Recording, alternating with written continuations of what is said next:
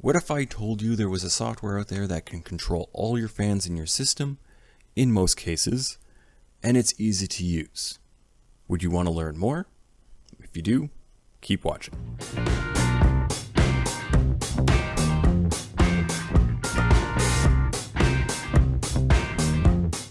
So in this video, I'll be doing a very quick overview of fan control by Rem0o. I'm sorry if I butchered that, but there's a 0 in there, so I'm not really sure how that's supposed to be said. And just to let you guys know, there will be timestamps or chapters down in the description, as well as a link to the software so you can download it for yourself. Okay, so if you are looking or wanting to install this, you can follow the link in the description, or you can just simply type in fan control into Google search, and you'll find the website. It should be the top result. And as you scroll down and go through it, you'll see that he has the updates listed on how everything is being updated, and then you can install the latest archive, and then you can download the latest archive. You do download fan control as a zip file, so you will need to extract it. Now this isn't strictly like a proper application that you're installing, it is just kind of running itself. So you want to click on the exe file here, accept, or the program won't run. So the first time you open it here, it will check for updates automatically. So I will update to version 93. It's done updating. So here we go. This is what will happen. It will ask you if you want to do the automatic check for all of the fan sensors. I'm going to click yes. This is going to take a couple of minutes, most likely, depending on how many fan headers and whatnot you have in your case. And this is just going to cycle through all the fans and check how the RPM ramps up, if the RPM actually cuts out, if they are 0 RPM fans, or whatever.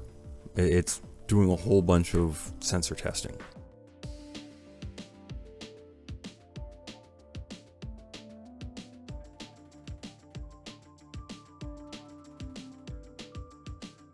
Okay, so this is the 3 fan headers that it picked up. Now I do have the Arctic PWM PST fans, so they are double header. There's 2 fans and 1 header for each of these. So what I'm going to do is actually slide all these down and then slide the first one up to 100%. And the really nice thing about this software is he's done a good job about ramping the fans, so they don't just go to 100% and have some weird ass noises. They slowly ramp up. Okay, so fan control 2 is my CPU.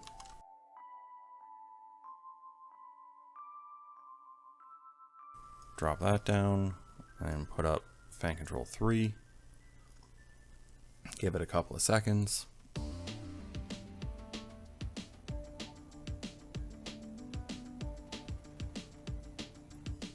That is the rear fan, which then makes this the front fan.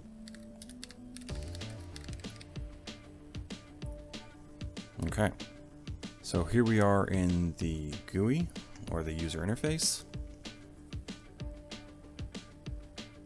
Let's just kind of open this up so we get a better look. So we will start off with the little hamburger thing up in the top corner.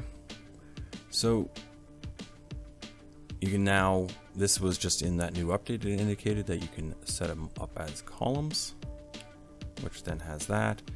You can hide, or you can show the hidden cards, which I don't really get, because I guess if you need to go back and fix something, then they're there. Hide the speed cards. I suggest, if you set it up automatically, I suggest you do hide the speed cards. I do prefer the dark mode.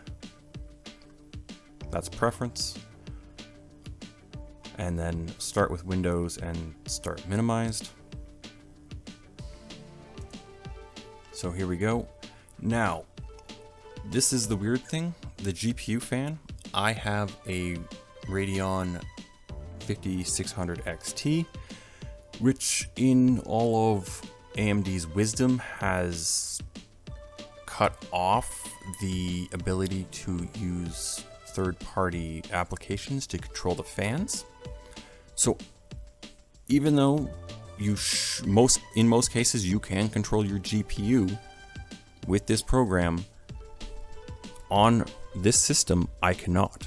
On my case testing system I can, which is then an RX 580. And that works perfectly fine. And with this GPU, the only application I can use to control the fans is Adrenaline software, whatever.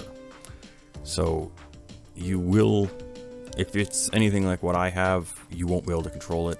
Like, I can't use MSI Afterburner, I can't use even the Gigabyte's own software. It just doesn't, it crashes way too much. I don't get what AMD did, but they made it so that you need to use their software or you just have massive headaches. So that aside, so as we have fan controllers, we can hide these, which then they just go bye-bye. And then again, that's probably why they have this here. So bring that back. It's grayed out, so you know that it's been hidden, which is actually really nice.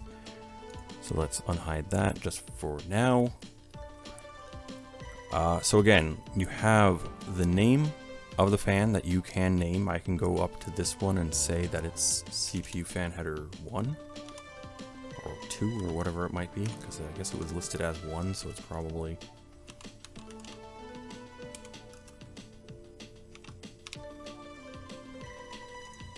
and then hide it just so that I know what it is later on. So then I have the CPU fan, the rear fan. I'm going to hide this one and this one. Yes, this motherboard has a fair number of headers.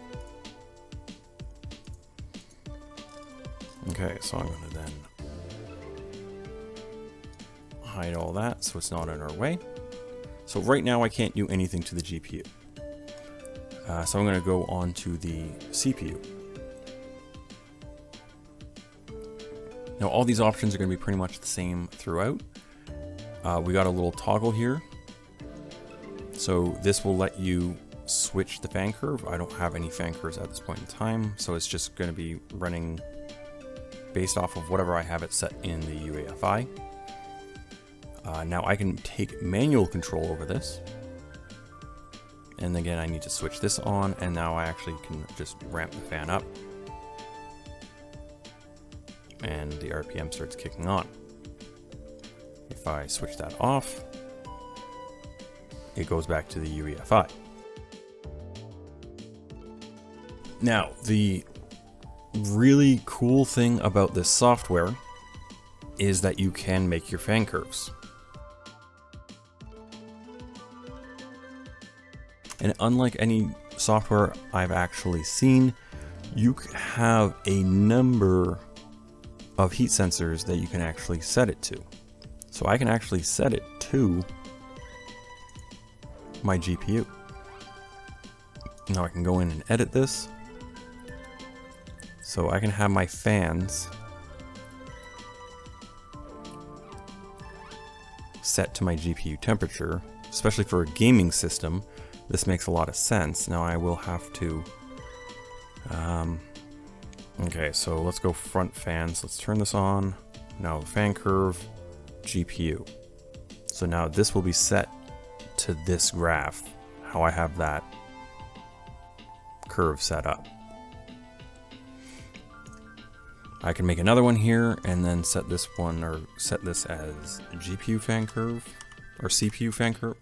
Now I can just make another one and set it up as CPU fan curve. Select the CPU. And then again, just go edit it.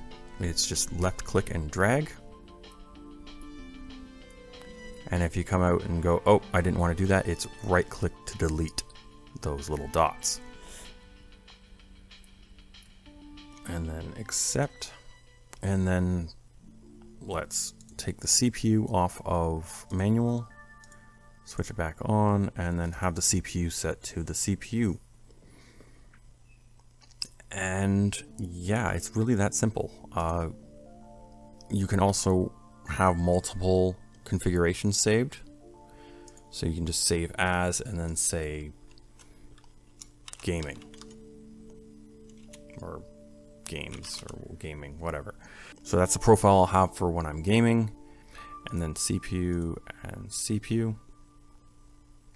And I can go to save as and then render. So and then you can just simply load configuration. You have your two options there, or it's also down in the tab down here, configurations, and then you can just switch it through up there. Now, this is the only software that I've seen that makes it this easy to be able to set your case fans to the sensor on your GPU so that they'll ramp up as your GPU warms up, which is, if you're gaming, far more important than running it off your CPU, which is the only thing you can do. Well, not the only thing you can do, but the primary thing you do in the UEFI, which that's really the only benefit I see of a ordinary person using this software, is so that if you are a heavy gamer, that is a very cool and amazing thing that he has set up for you. The other thing that I've noticed or like about this program is a very niche thing, is I have it set up in my case testing rig for different configurations. So I have one for my fan normalized testing, I have one for game testing and CPU testing. So I have the GPU set up differently in each profile, or the CPU set up differently in each profile, or whatever. So I can very quickly just jump through those profiles or those configurations, and it saved me so much time when I'm testing the cases. Like, it is actually incredibly stupid on how much time that actually should save me.